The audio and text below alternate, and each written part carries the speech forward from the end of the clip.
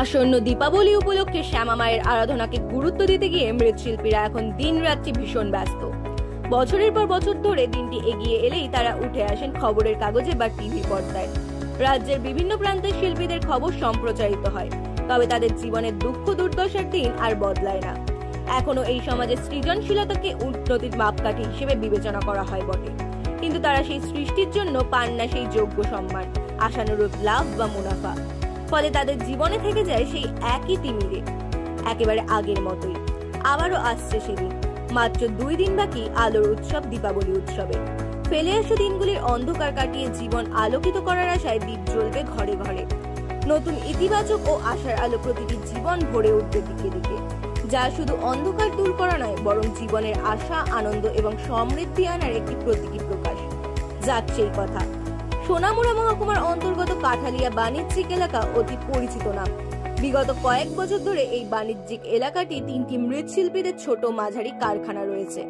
সারা বছরে প্রায় অধিকাংশ সময়তেই এই কারখানার মৃৎশিল্পীরা বিভিন্ন মডেলের নানা ধরনের সময়োপযোগী মূর্তি তৈরি করে পরিবার পরিজন চালান। 18ই অক্টোবর সংবাদকর্মীদের কাছে বিয়ে মৃৎশিল্পী নিরঞ্জন সরকার, প্রাণজিৎ পাল ও প্রবীণ শিল্পী গৌরাঙ্গ পাল একেবারে সপরিবার নিয়ে কারখানা থেকে বিভিন্ন দেবদেবীর প্রতিমূর্তি তৈরি করে আসছেন, এমনটাই জানালেন। তবে সবাই একটা কথাই বলছেন, রাজ্যে যেখানে যে সরকারি থাকুক না কেন, আমাদের কথা কেউ ভাবে না। অনেকেই সরকারি সাহায্য সহযোগিতা পেয়ে থাকেন, দুর্ভাগ্য হলেও বাস্তব সত্য। মৃৎশিল্পী হিসেবে তাদেরকে কোনো সরকারের আমলেই সাহায্য করেন না, এমনটাই অভিযোগ তাদের। অথচ দিন রাত্রি 24 ঘন্টা বিরামহীন কাজ করে যাচ্ছেন এই কয়েকজন শিল্পীরা। দৃশ্যতে তাই দেখা গেল। তারা আরো অভিযোগ করলেন, সরকার তো সহযোগিতার পাশেই আসেন না, তাছাড়াও যারা আমাদের তৈরি দেবদেবীর মূর্তিতে পুজো করেন, তারাও ন্যায্য মজুরি দিয়ে আমাদের সন্তুষ্ট রাখার পরিবর্তে মূল্য নিয়ে সব সময় তা কমিয়ে দিতে চাইছেন। কিন্তু মূর্তি নির্মাণে বাড়তি যে সমস্ত জিনিসপত্র ক্রয় করতে হয়, মার্কেটে তার দাম অস্বাভাবিক বেড়ে গেছে। এই অবস্থায় আমাদের এই কাজ করে 2 বেলা পরিবার নিয়ে ভাত খেয়ে বেঁচে থাকাও আপাতত কষ্টকর হয়ে দাঁড়িয়েছে। তাই সংবাদকর্মী হিসেবে আপনাদের দৃষ্টি আকর্ষণ করছি, রাজ্য সরকার যেন মৃৎশিল্পী হিসেবে আমাদের পাশে থাকেন।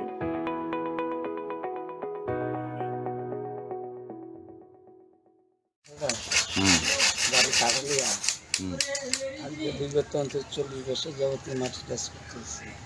40 বছর? 40 বছর মাটি চাষ করতেছি। জিনিসপত্র দাম দিন দিন বাড়তে আছে, কমতেছে না, কিন্তু আমরার চাহিদা বাড়ে না। আমরা চাহিদা যা আছে তাই বিক্রি করুন। অনেক রকম ট্র্যাক্টর চালাতে ইটা চালাতে করবো, আর কি কাজ করবো এই বয়সে। সরকারিভাবে কিছু সাহায্য পান না? সরকারিভাবে অনেক কিছু পাইতে আছে অনেক লোকে, কিন্তু আমরা শিল্পীরা কোনো কিছু পাইতে আসি না।